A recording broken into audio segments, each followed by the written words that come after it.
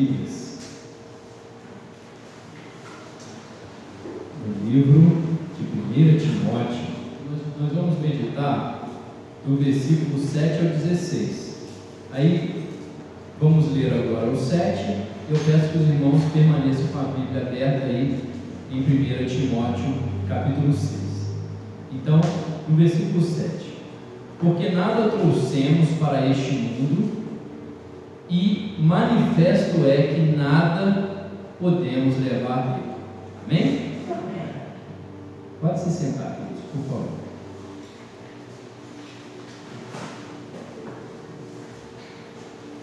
Nós meditaremos juntos, versículo por versículo, e a cada versículo alguns aspectos. Esse primeiro versículo, o 7, nós podemos depreender dele aí 6 aspectos que nós devemos meditar, que ele pode nos acrescentar à nossa vida, nos acrescentar em sabedoria na nossa caminhada. Então, por certo, nós nascemos pobres, cegos e nus. Como sabemos, todos os bebês, o mais recente aqui, o Gabrielzinho, os bebês eles adquirem a visão com o passar do tempo, eles nascem sem conseguir enxergar na sua plenitude. Então, tal qual uma pessoa que perde a visão é um bebê antes de conseguir ter essa visão plenamente. Então, inicialmente, a visão do bebê é completamente embaçada, ele vai vendo vultos até que ele consiga ver. Inclusive, existe um exame, o chamado teste do olhinho. Nascemos pobres porque quando nascemos nada temos, e de fato desse mundo nós nada poderemos levar. E, óbvio, antes que nos envolvam ali em panos, antes da nossa primeira roupinha, nascemos completamente nus. Então, o versículo que nós lemos: porque nada trouxemos para esse mundo. Segundo aspecto, o desejo de consumo nasce até antes da criança. Nós sabemos que ainda quando os pais estão naquele momento de saber, que serão pais, naquele momento da descoberta da paternidade, da maternidade, naquele instante já vem um estado de quantas coisas precisam ser providenciadas, adquiridas, para que esse neném possa vir já tendo. Então, necessariamente, esse bebê ele nasce sem nada, mas os pais já preparam o consumo que ele terá. Alguns na medida, outros pela sua impossibilidade, não porque desejaria que fosse assim, mas pela sua impossibilidade, nem tanto, e outros, os que podem, por certo exagero. Quase todos os pais, pelo amor que tem pelo filho, pela filha, pelo aquele bebê do ventre que ainda não nasceu, já de tamanho é o amor, que já começa a promover o consumo em larga escala. E aí começa a fazer isso, é o quarto que vai preparar, são os itens que o bebê vai usar, é o bercinho, é o carrinho, são as roupas, tudo que o bebê vai ter. Então, antes mesmo que ele nasça, os pais já começam a consumir. E depois que ele nasce, se nós formos perceber, dentro da criança, pelo próprio incentivo que há da publicidade que está ali incluída nos desenhos que eles assistem, na programação televisiva que eles consomem, em tudo o que está em torno da criança, a publicidade faz com que dentro da criança cresça um consumismo numa velocidade, numa voracidade maior do que a sua própria estatura.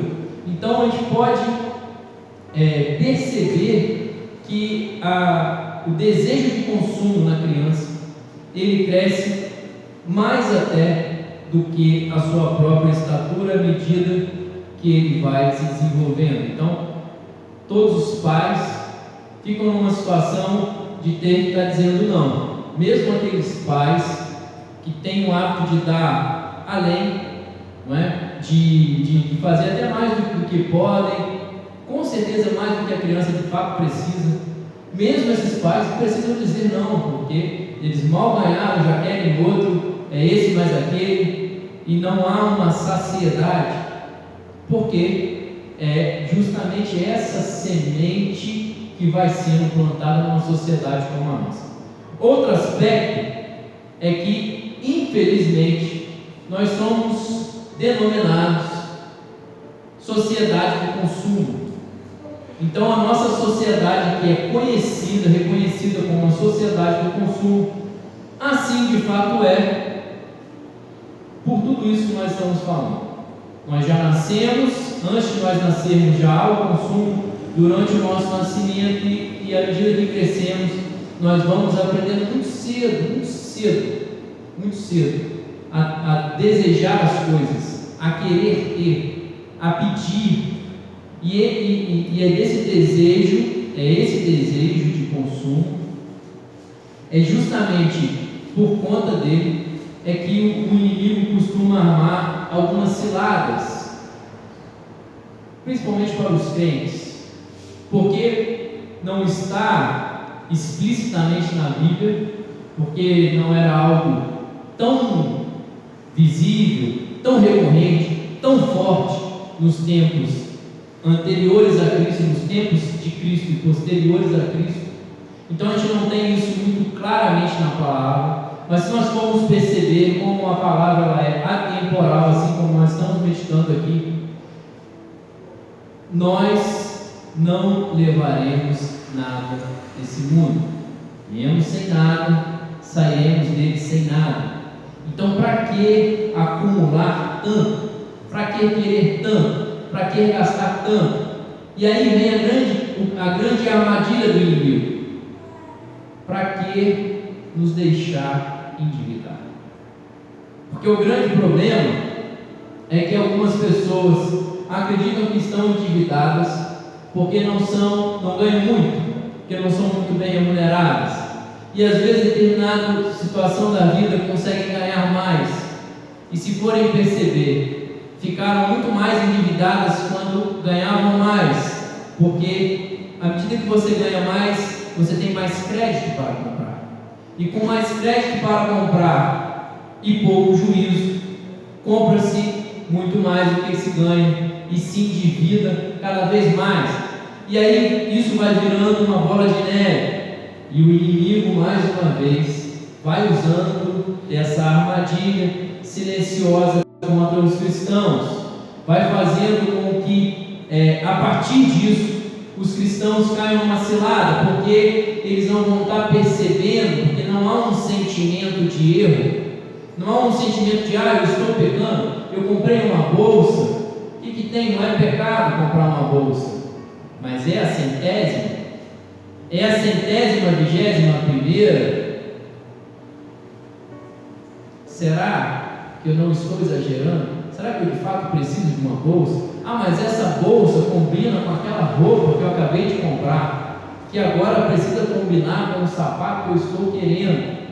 E assim o consumo ele vai atraindo o cristão, como as drogas e os demais vícios atraem o cristão. E não à toa existe tratamento para as pessoas se livrarem do consumo quando ele fica num estágio de compulsão. É o consumidor compulsivo, ou seja, é aquele consumidor que se assume ou que percebe ou que tem um diagnóstico de que ele é um consumidor sem controle, ou seja, ele é viciado em consumo. Então, meus amados, o sexto aspecto é aquilo que nós temos que pensar: o que tem? O que tem em consumir? Não é isso que muitas vezes o inimigo coloca diante das nossas vidas? O que tem?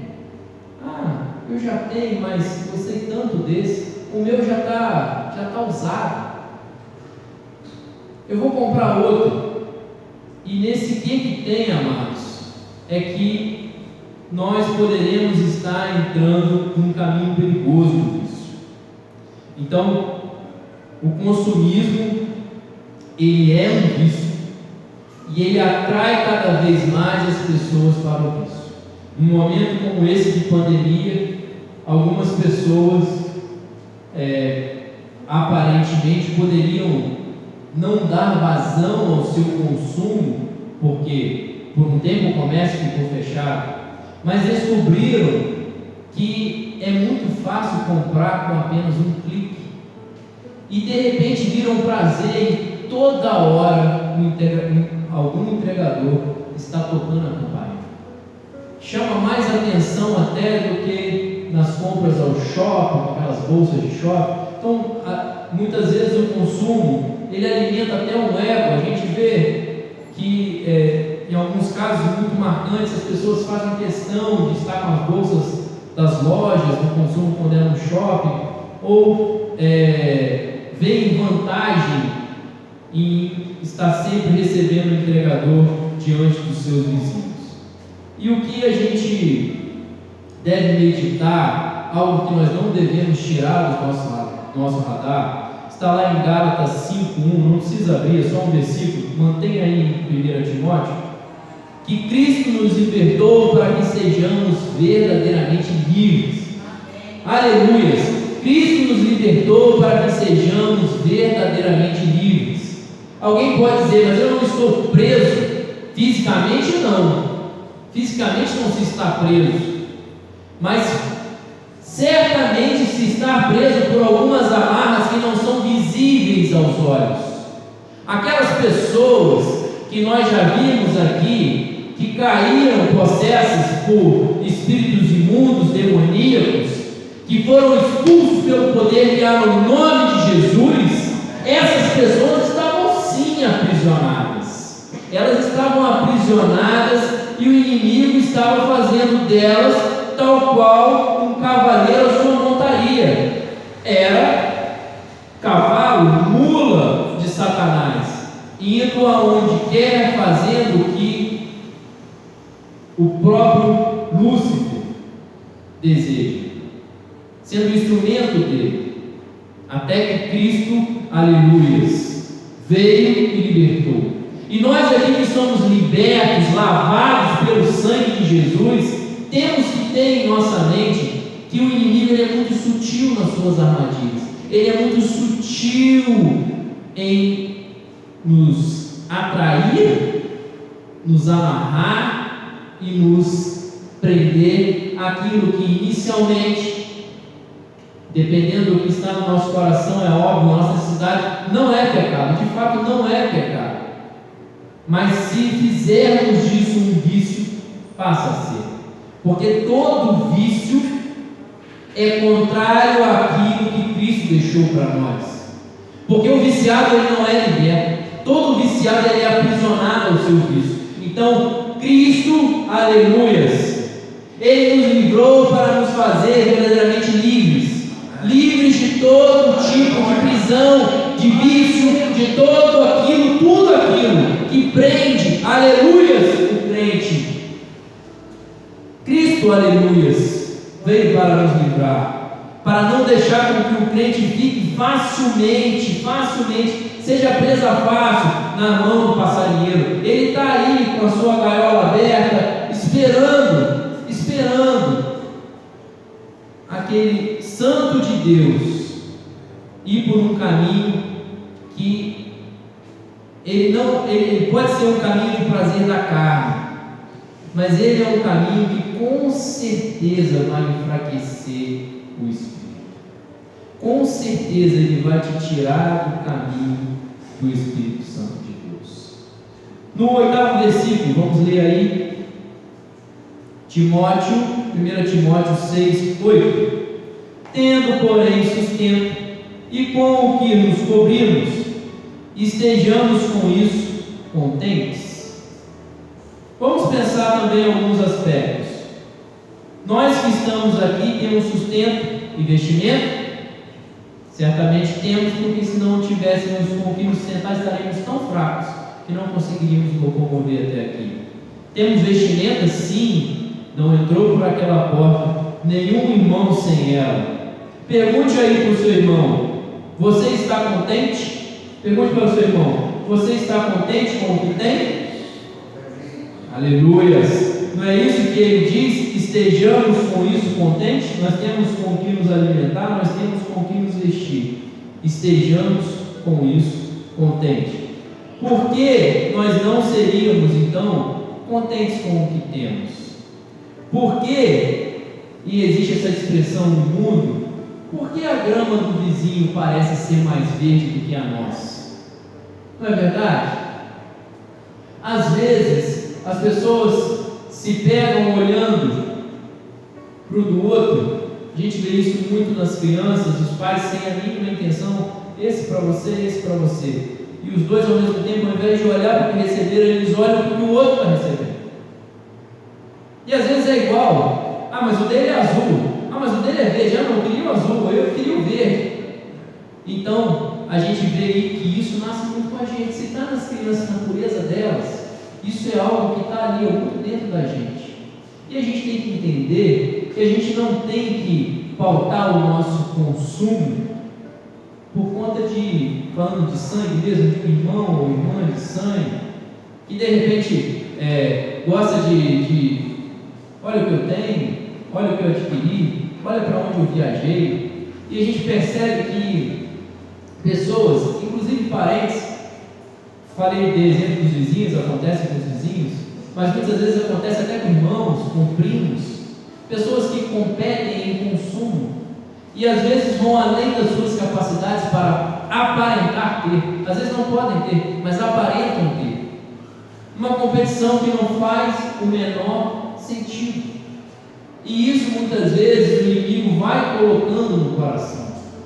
E às vezes coloca no coração com alguém próximo. Ah lá, ó, fulano trocou de carro de novo. Ah lá, ó, fulano reformou a casa. Ah lá, ó, a nossa casa está com pintura legal, mas fulano, ó, já pintou a casa de novo. A nossa está toda cheia de infiltração e fulano pintou a casa de novo, como se dissesse: olha, você está precisando também. Então, nós temos que estar atentos àquilo que de fato nós precisamos. E sempre lembrando que estamos aqui de passagem, viemos sem nada, vamos voltar sem nada. Então, para que ter tanto?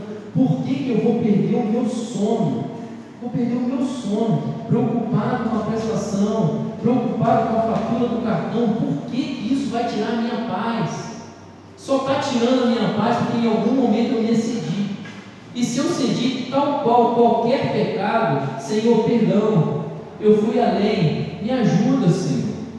Me ajuda a saber cuidar da minha finança, porque a palavra de Deus diz que nós não somos donos de nada, nós somos mordomos, nós cuidamos. Óbvio que agrada a Deus ser bom mordomo, é aquilo que Ele me deu, eu vou cuidar bem, eu vou manter, eu vou cuidar, eu não vou ficar pensando: que estragar que eu vou comprar outro, que bobagem, daqui a pouco eu compro outro. Nós temos que ter esse zelo, esse cuidado em pensar que Deus quer para nós é que nós venhamos a ter boa mordomia, inclusive das nossas finanças.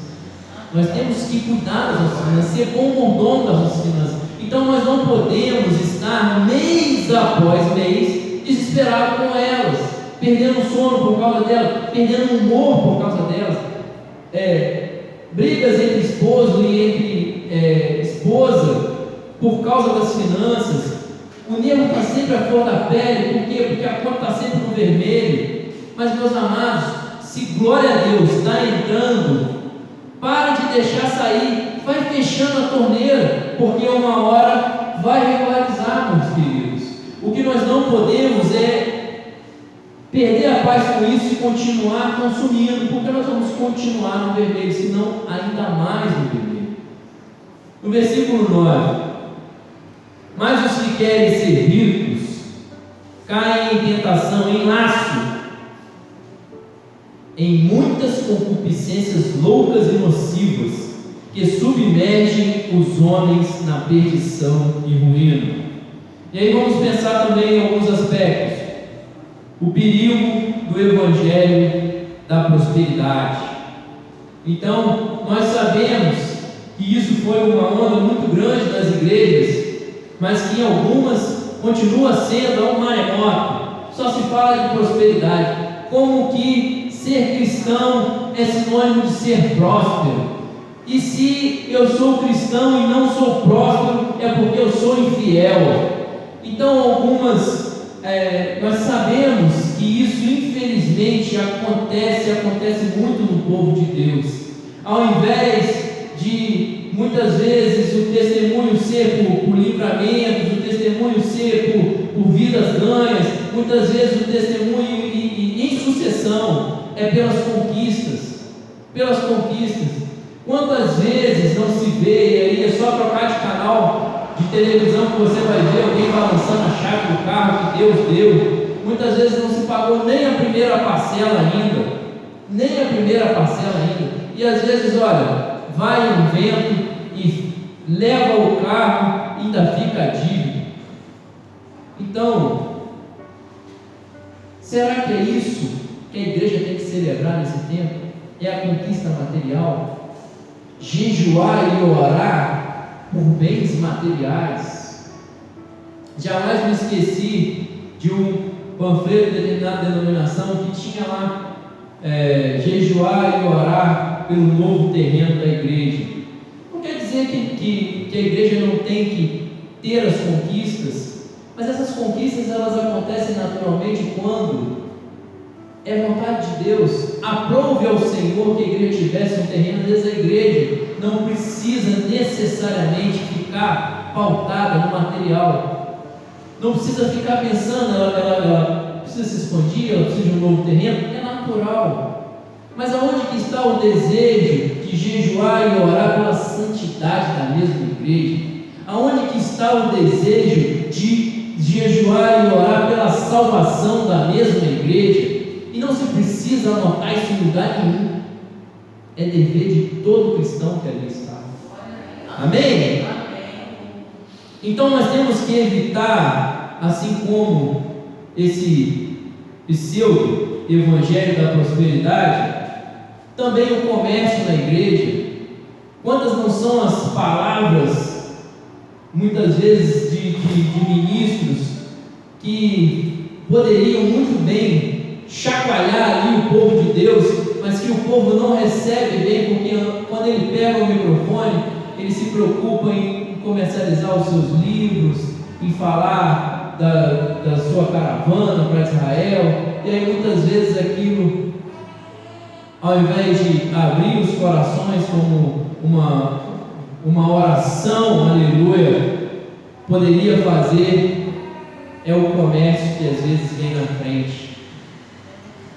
E não foi à toa que no único momento em que Jesus Cristo se mostrou verdadeiramente desapontado, ele foi capaz de virar a mesa e apanhar um chicote, foi no momento em que ele viu o comércio na casa do seu pai. Porque a palavra diz que o amor, aleluia, pela casa do pai o consumiria, e ele não conseguiu ver aqueles homens praticando comércio na sua casa. E por que muitas vezes nós vemos, se ainda em qualquer canal que você vê, quantos por cento daquele tempo televisivo está tomado com o comércio, quantos por cento com a palavra de Deus?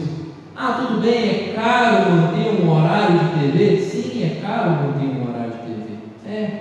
Mas o que é mais importante? O que deve vir primeiro?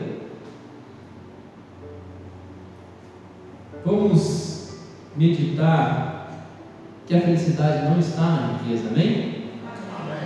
O rico e o Lázaro, qual foi para o inferno, qual foi para o céu?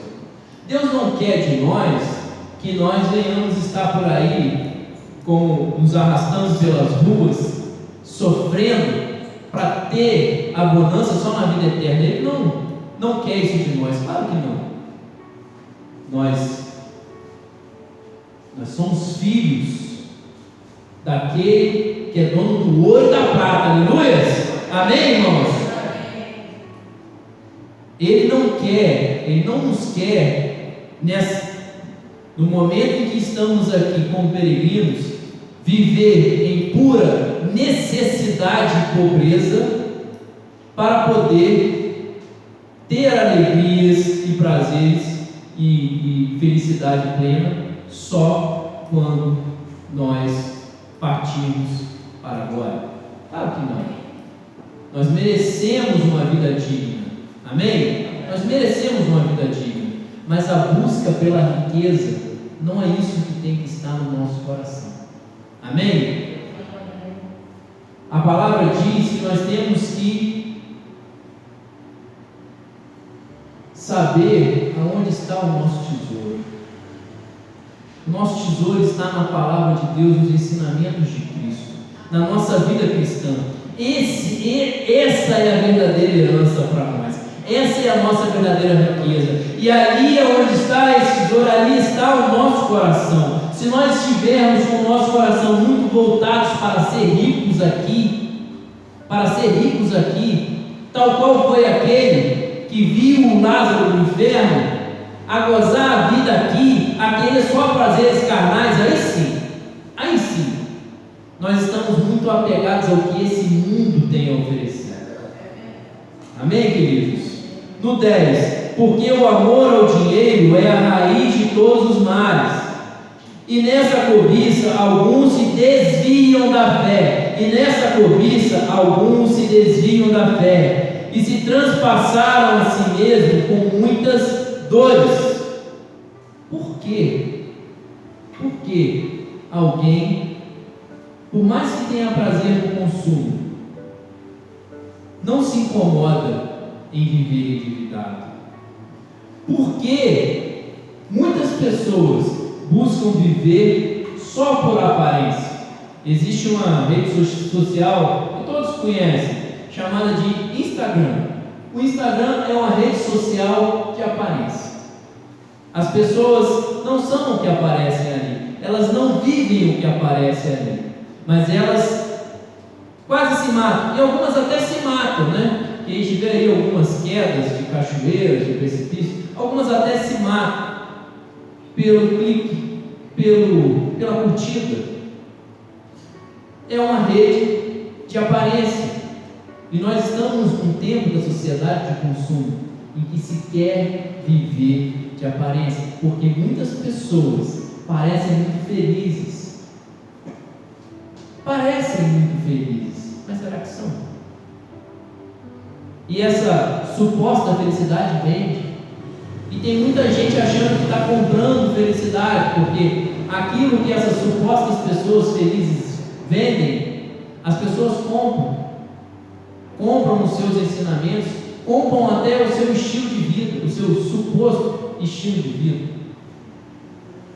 E às vezes as pessoas não estão vendo que isso tudo é armadilha. Isso tudo é armadilha. Vamos meditar que as dívidas, elas representam uma prisão sem muro. A pessoa que está ali completamente endividada, ela se vê presa diante dos seus credores, não é verdade? Ela se vê refém das pessoas para as quais elas devem. E algumas pessoas vão devendo a uns e a outros, e muitas vezes devem a tantos que às vezes encontram como solução pegar um dinheiro em uma fonte, porque já não tem mais crédito bancário pelo menos, e aí vai pegando uma fonte perigosa, que é a da agiotagem, porque só o agiota vai ter coragem de emprestar para alguém que não tem crédito bancário. Mas por que o agiota faz isso? Porque ele chega a dizer que se a pessoa não pagar, ela pagará com a própria vida. E aí voltam de novo aquelas questões de que nós temos que lembrar do que Timóteo deixou para nós, do que a carta de Timóteo deixou para nós. Nós viemos pobres, cegos e nus. Nós viemos sem nada, nós voltaremos sem nada. Então, se nós formos pensar que esse endividamento, ele também é capaz de tirar a nossa fidelidade para com Deus, claro que é. É lógico que isso é a armadilha do inimigo, porque o inimigo sabe, e ele sabe o que está na palavra. Tanto é que quando tentou Jesus, ele tentou Jesus diante da palavra, e Jesus o derrotou pela palavra. Amém? E ele sabe que está escrito lá que nós devemos ser fiéis nos nossos dízimos e nas nossas ofertas. E o que o inimigo faz quando ele enlaça o crente no consumo e o faz ficar endividado? Faz com que esse cristão possa deixar de ser fiel no seu dízimo e nas suas ofertas, porque afinal de contas ele não imprime dinheiro.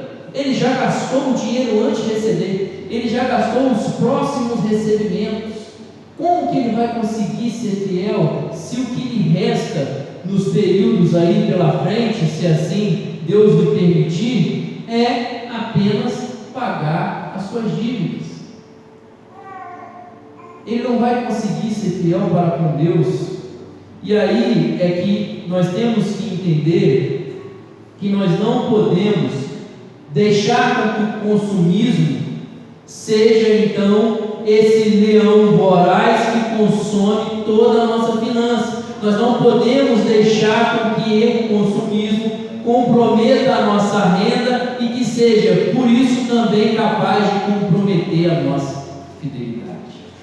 Então, meus irmãos, estejamos atentos e para terminar, vamos no versículo seguinte, o versículo 11, e vamos terminar a leitura até o 16 por conta do nosso tempo.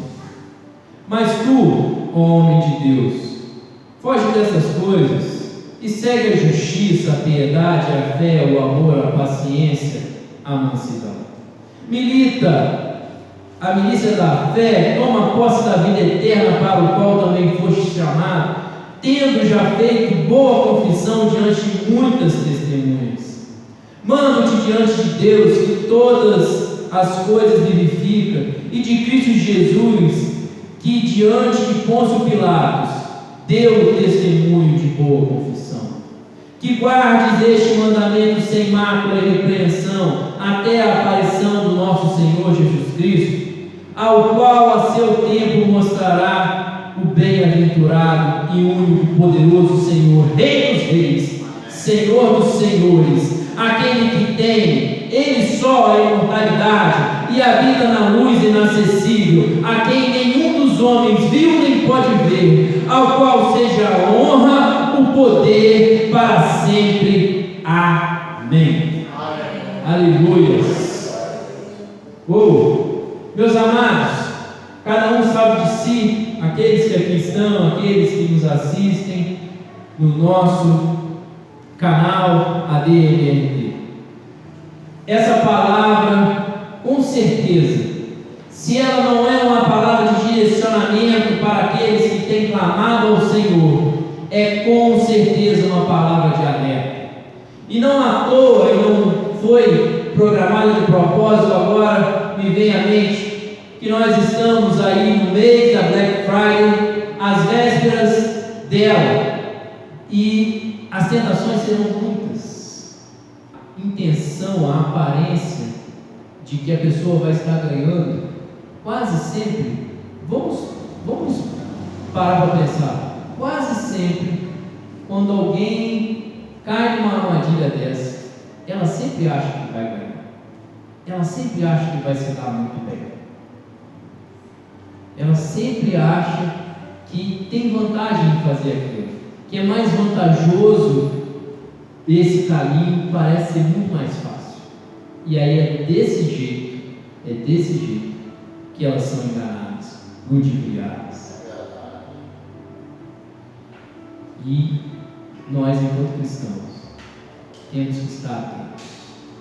Amém? Nós temos que estar vigilantes. Nós temos que pensar e entender que nós precisamos também de astúcia, simples como um arpão, astutos como uma serpente. Só a astúcia dela. Todo o resto não nos serve. Mas nós precisamos ter a astúcia. Nós precisamos estar vigilantes, porque é um laço que ele vem figurado de algo que não parece nada. No primeiro princípio até não é, mas na sucessão certamente será. Então, meus amados, para a gente resumir tudo isso que nós falamos aqui, nos importa fazer. É o que está lá em Mateus 6:33. Mas buscai primeiro o reino de Deus e a sua justiça, e todas as outras coisas serão acrescentadas. Amém? Vamos fazer isso sempre. Não vamos colocar os nossos desejos materiais, o nosso consumo na frente do reino de Deus. Não, porque isso pertence ao reino dos homens. E o que nos importa é o reino de Deus. Amém? Vamos fechar os nossos olhos e orar. Aleluias. Senhor Deus Todo-Poderoso, glórias, honras e louvores nós lhe damos, ó Pai, porque só Tu mereces, só Tu é digno. Aleluias. Não existe nada, Pai, nada, Senhor, que possa, Deus, nos tirar do foco. E nesse tempo, Senhor, num tempo, Pai, em que as empresas que precisam vender, ó Deus, o comércio, a publicidade, ali está, Senhor, o desejo daqueles, Senhor, que precisam atrair os seus consumidores, que precisam garantir as suas vendas.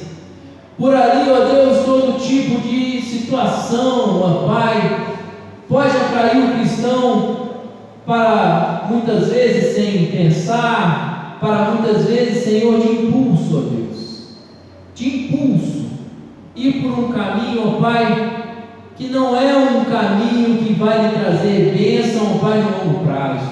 No curto prazo, aquela sensação da aquisição, Senhor, aquela sensação, ó Deus, de ter o que não se tinha, de mais uma conquista, aquele prazer tão momentâneo, Pai. Mas muitas vezes, Pai, pelos meses à frente, ó Deus, as parcelas podem durar até mais do que aquele bem outrora adquirido, Senhor. E às vezes o bem já não existe mais porque escangalhou, mas a dívida está ali, ó Pai. E o desejo de substituição, aquele bem escangalhado vem, e aí muitas vezes se endivida por sobreposição. Ó Pai, nós temos que estar vigilantes, Senhor, porque são armadilhas que têm prestado a Deus para tirar a fidelidade dos teus servos, ó Pai. Não permita, Deus, porque justamente no momento em que os servos, os teus filhos, abrem mão da sua fidelidade, é justamente aí que aquelas portas e comportas dos céus, ó Deus, vão parar de jorrar sobre a nossa vida, Senhor. É o que nós não queremos, ó Pai, em nome de Jesus. Nos dê a estratégia santa, Senhor, para sabermos fechar a torneira, dizer não quando for preciso, Pai, seja para os nossos filhos, cônjuges, ou até para nós mesmos, para a nossa carne, Senhor. É mais prazeroso para ela, Deus, mas com certeza não vai fazer, ó Pai, o mesmo bem ao nosso espírito. Que venhamos sempre nos achegar a Ti, Pai, para que o Senhor se achegue a nós. Que venhamos primeiramente buscar o Teu reino, não aquilo que está nos homens, ó Pai, em nome de Jesus. Que nós estejamos preparados, ó Deus, astutos, Senhor, em nome de Jesus. Amém. Amém. Fiquem na paz, queridos. Deus abençoe. Pastor. Aleluia. Amém. O reino de Deus e as outras coisas serão acrescentadas. Quer dizer, as pessoas se preocupam muito com a sua vida, a vida de A, B ou C. Vamos se preocupar com nossas vidas espirituais. Não vão atrás, não pensem em prosperidade. Quando a Bíblia fala em prosperidade, ela fala em prosperidade espiritual, querido. A material, ela vem acompanhada. É lógico que nós somos filhos de Deus, somos filhos. Deus quer o melhor para nós. Ó, se você está comendo, está bebendo, está vestindo, tem casa para morar, aleluia, vamos bater palma para Deus. E assim Deus, nós agradecemos por tudo que foi realizado aqui nesta noite. Agradecemos pelo louvor, pela mensagem, pelos seus filhos que se esforçaram e estarem aqui nesta noite, Senhor. Agora eu quero pedir a Deus, conduza-os até os teus lares. Guarda de todo esse lado demoníaco, Senhor Deus. Acampe os teus anjos sobre eles e sobre os teus lares, ó Deus.